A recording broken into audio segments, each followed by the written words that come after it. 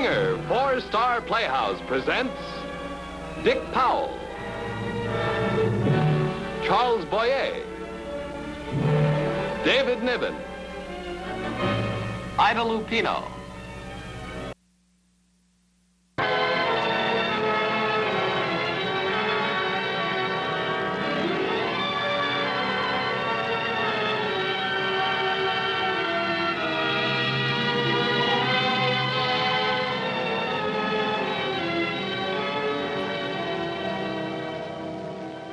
It was the morning of the day after it happened. An ordinary morning, dawning on ordinary people. People like you, Dan Jennings, your wife, Grace, and in the other room, your son, Todd, fast asleep, dreaming those dreams reserved exclusively for boys of his age.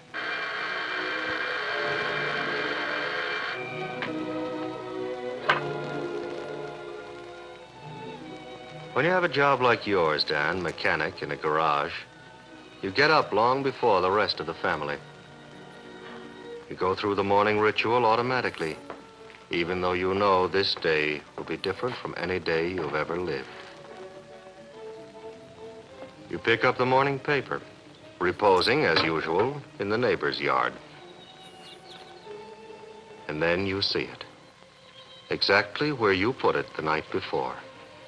Welcome home, our hero, Dan Jennings, inventor of the world's greatest carburetor. Signed, your son, Todd. This is what your son, Todd, thinks. But the truth is that the world's greatest carburetor is a dismal failure. That's what your boss told you yesterday, in no uncertain terms. Still, you bring it back into the house as a symbol of defeat. A carburetor that will set nothing in motion except your own flight to failure. It's not an easy decision to make, to run out on your wife and child, even though she's got a job and can support herself and the boy. But when all you've got left is their belief in you, you're not going to stick around to see it destroyed. Todd's notebook, the essay he'd been working on the night before. The greatest man in the world, George Washington. This is one Dan wouldn't be around to see finished.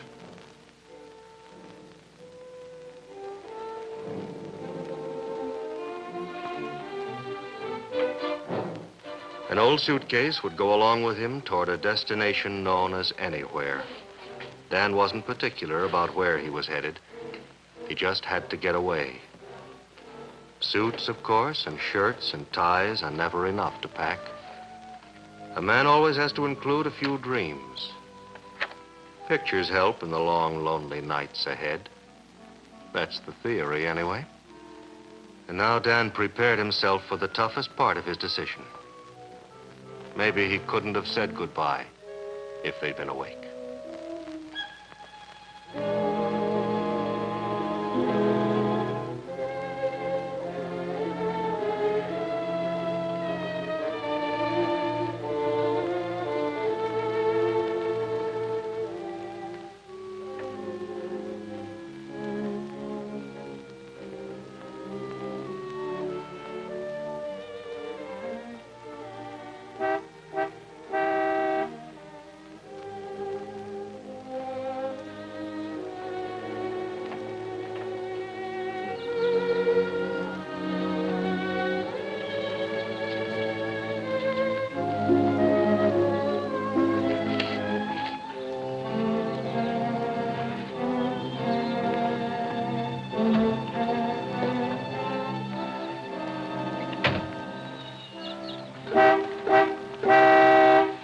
George, I'm here.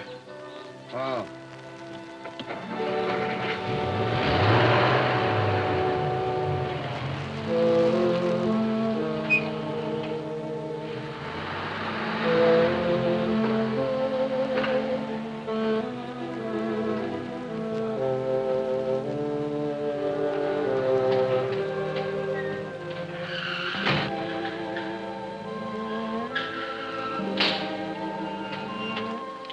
Morning, Johnny. About time, too. Don't you guys ever get here on time? Good morning to you two and drop dead. I love you. Dan, is that your bag in the back of the car? Yeah. I'll get it out later. Oh, that's all right. Well, how come? You going someplace? I got news for you. I'm gonna get fired today. Fired? The boss might eat you out again, but he won't fire you. Yeah? When he eats me out, I'm gonna let him have it, right between the eyes. You mean you want to get fired? Sure. If I get fired, I get 2 weeks' pay. If I quit, I get nothing. What's the matter? You sore because the old man didn't like your carburetor? Well, it's not only that. It's a lot of things. Give me a hand with this, will you? Maybe he's right about the carburetor. It's like all my great inventions. It's no good. Fired. Dan, you've got a family. Well, all right. Grace makes as much money as I do. They'll get along all right without me, maybe better. I don't get you. What are you going to do? No, I don't know. Go away someplace, start all over again. Then if I amount to anything, Grace and Todd still want me back, I'll forget it. That's a lot of malarkey. You're not going to do anything of the kind. I got a great big picture of you letting the boss have it between the eyes. He'd break you in two. Yeah? Stick around.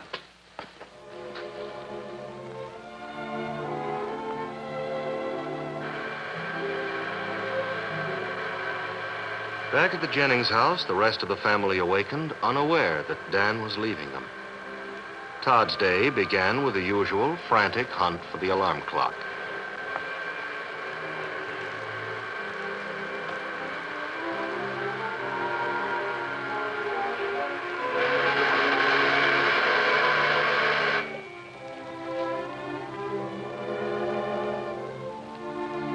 And then, as with most small boys, important things first. And what's the most important thing to a small boy? Baseball. After that, trivial details.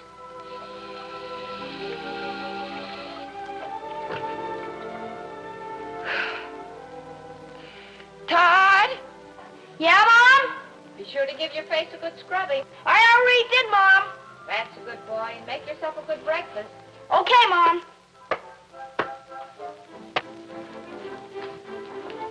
How can you eat in a catcher's mitt?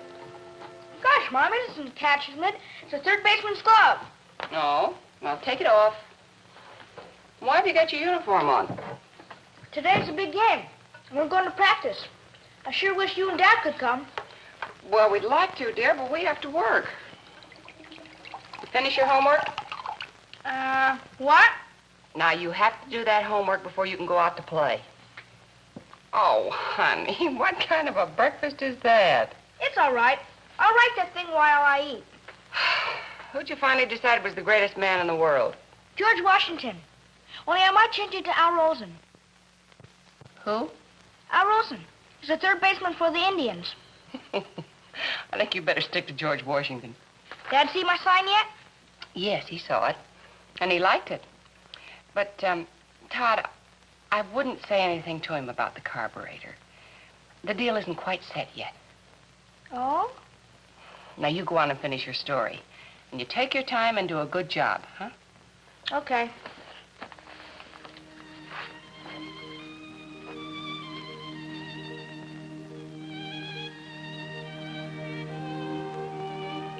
Greatest and most beautiful house in the world, Mount Vernon.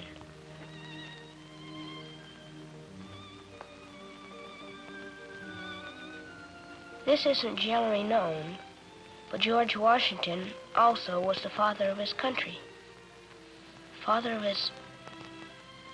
of Todd Jennings, my father, an inventor like Thomas Edison. I remember the day I just had gotten on my baseball suit. I was wearing it for the first time, and I was fixing my radio.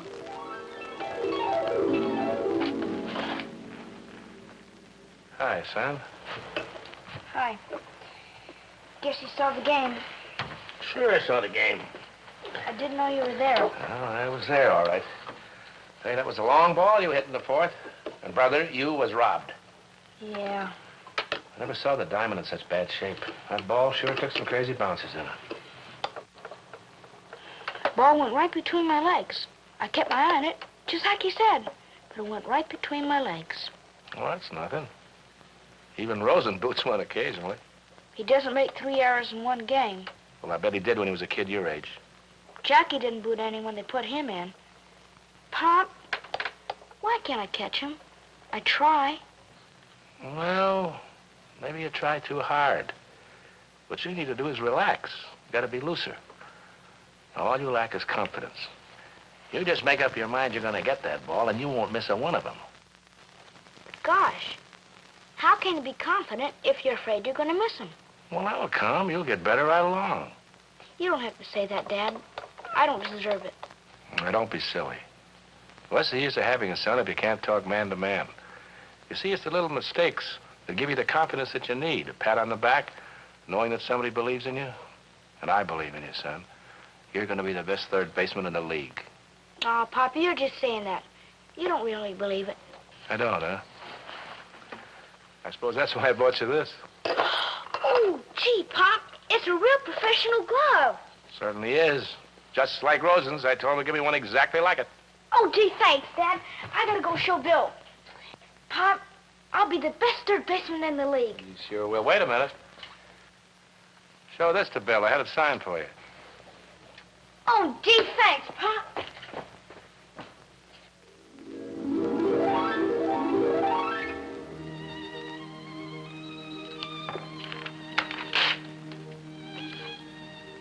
Greatest man in the world is my father. My father has invented a wonderful carburetor. It will be the greatest invention ever put on a car, and they will probably make my father vice president of the company. How are you getting along, Todd? I'm all through now. I don't need this till tomorrow anyway. Oh. Can I go to practice now? Oh, I guess so. When your dad forgot his lunch pail, will you take it by the garage? Sure. Did you write about Washington? No, somebody better. Read it if you want to. Well, I haven't got time, but I'm sure it's wonderful.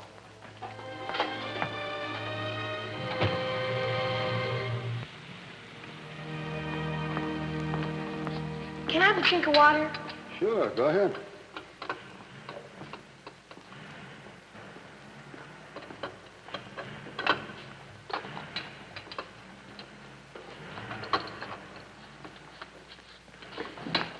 Wait a minute. Where are you going? I just want a drink of water. Come on in here now. I want to talk to you.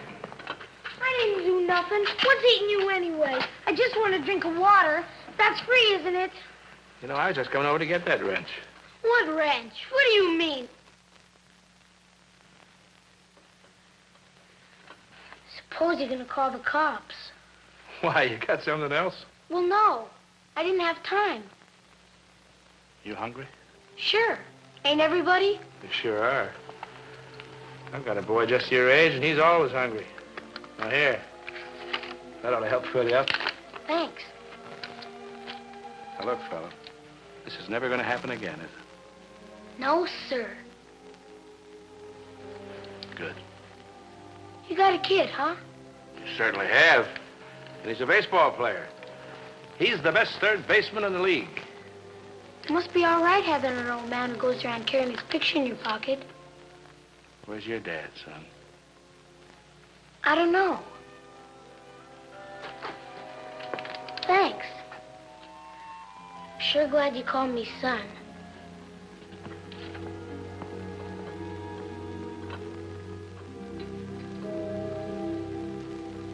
Jennings! Jennings! Where's he disappeared to now?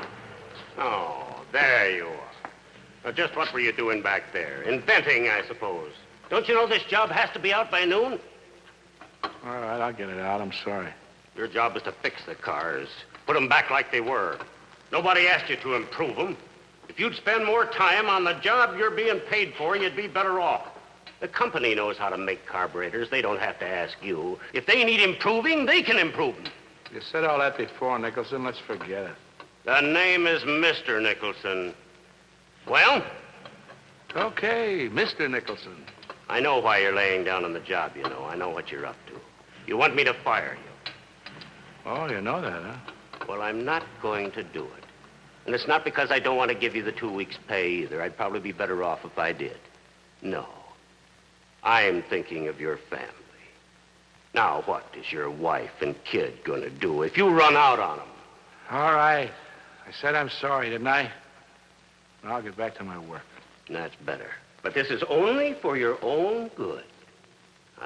There's nothing personal in this, Jennings.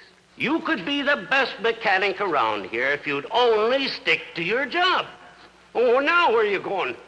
I forgot my wrench. Oh, that's just great. He forgot his wrench. All right, the rest of you stop gawking. Somebody's got to work around here.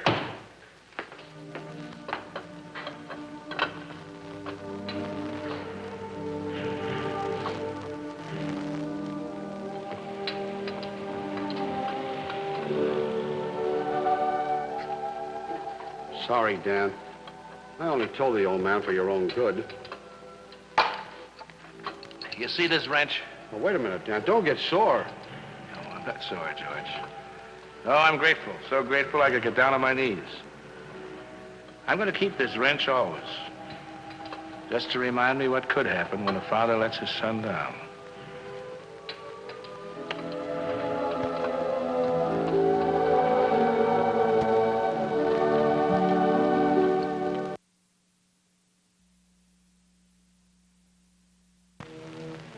Todd hung around outside where his father worked.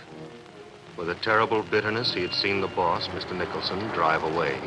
And now he saw him come back.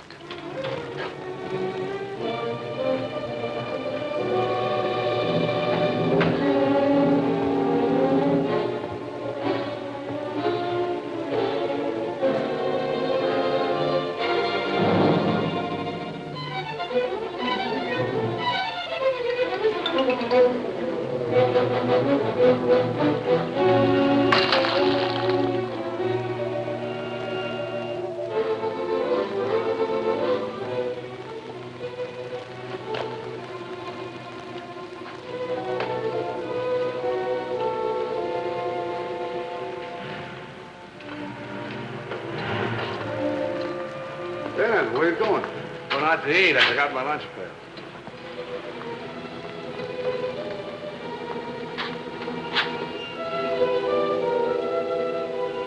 Hi. What are you doing, Todd? Nothing, Pop. Honest. You didn't take anything from that car, did you? Gee whiz, no, Pop. Then what were you doing? I don't know. Nothing. What's the matter? What happened? Nothing's happened to me, Pop. Honest. I gotta go practice. Wait a minute. Look, I'll tell you what we'll do. Suppose you and I have lunch together later. Talk it all over, okay? I'm not hungry. Now, look, Todd. A while ago, I saw a little boy take something from the garage, and that's the reason that... Well, I'm sorry I misunderstood. I don't want to talk now. Well, why don't you want to talk? Well, I guess it's just something that you can't do anything about. You don't understand. Well, if you don't tell me, how can I understand? Now, you and I have got to stick together. I want to help you. But you've got to help me. How about it? Can I go now? Yes, you can go.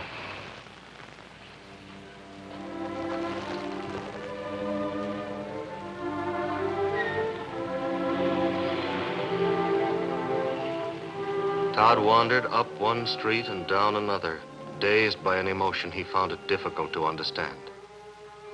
A small boy's first heartbreak. I don't know what I'll do.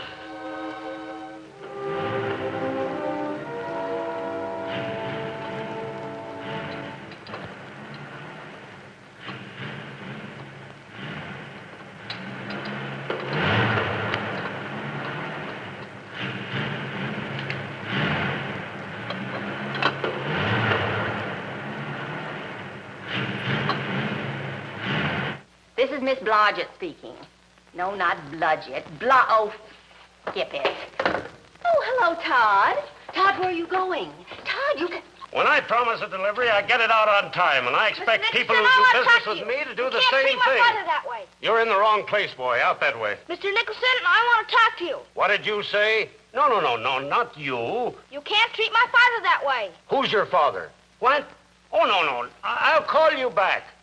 Yeah, I'm surrounded by a pack of lunatics.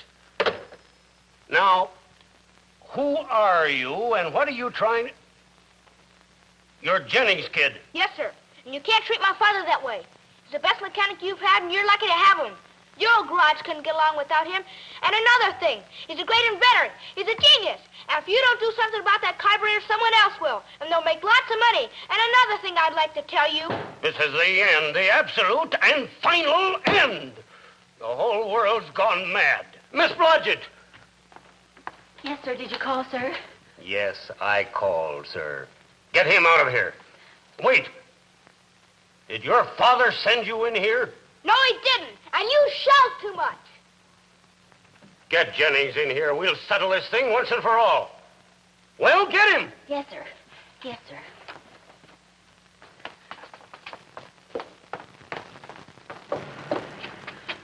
Mr. Jennings. Mr. Jennings. What's the matter? Mr. Nicholson wants to see you in his private office. Right now. Why? Oh, he's in an awful mood. Oh, come on, Mr. Jennings, please. Okay.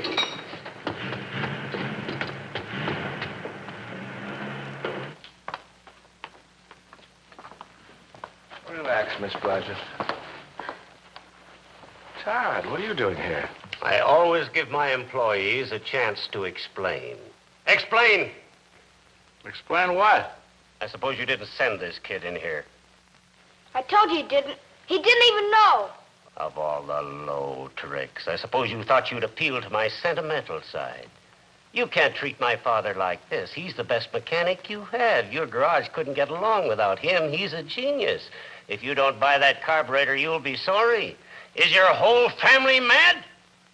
I put up with your daydreaming, and now I've got the brat, too. Now, let me tell you... Just a minute. You've said enough. In fact, you've said too much. Won't you tell me what to do? I'll tell you what to do. And furthermore, you'll listen to me. Maybe you had a right to bawl me out this morning. Maybe I had it coming. But you have no right to speak to my son like that. If he wants to come in and talk to you, that's his business, but you got no right to bully him. This is my garage. And this is my son. And I wouldn't trade my son for 100 of your garages. And you can't bully him, and you can't call him a brat, and I demand an apology. Yeah.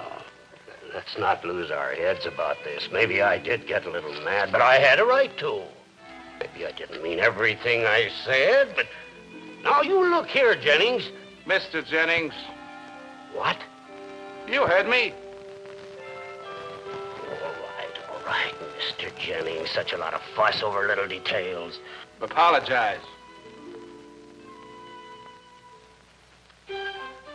Well, you know I didn't mean that, boy. I'm sorry. That's all right. My son is playing in a crucial ball game today. He's playing third base. And I'm going out and watch him. And another thing. That carburetor of mine is good. Better than any they have. Now that I'm leaving here, I'm going to take it to the factory and they're going to buy it. Oh, no. Wait a minute. Just because you got sore, there's no reason for you to quit. So maybe I'll send you to the factory. What do you mean, maybe? All right. So I will send you to the factory. What more do you want, my blood? I'll talk it over with you Monday. Not your blood, the carburetor. Come on, champ. Let's go to the ball game.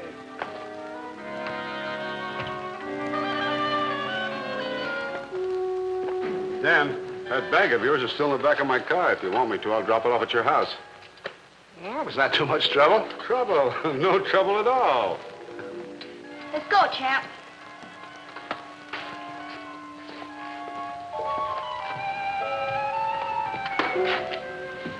Say, Todd, about that story you wrote. Did you finish it? Yep. Well, you wrote about the wrong fella. No, I didn't, Pop. Well, I'm going to let you in on a little secret.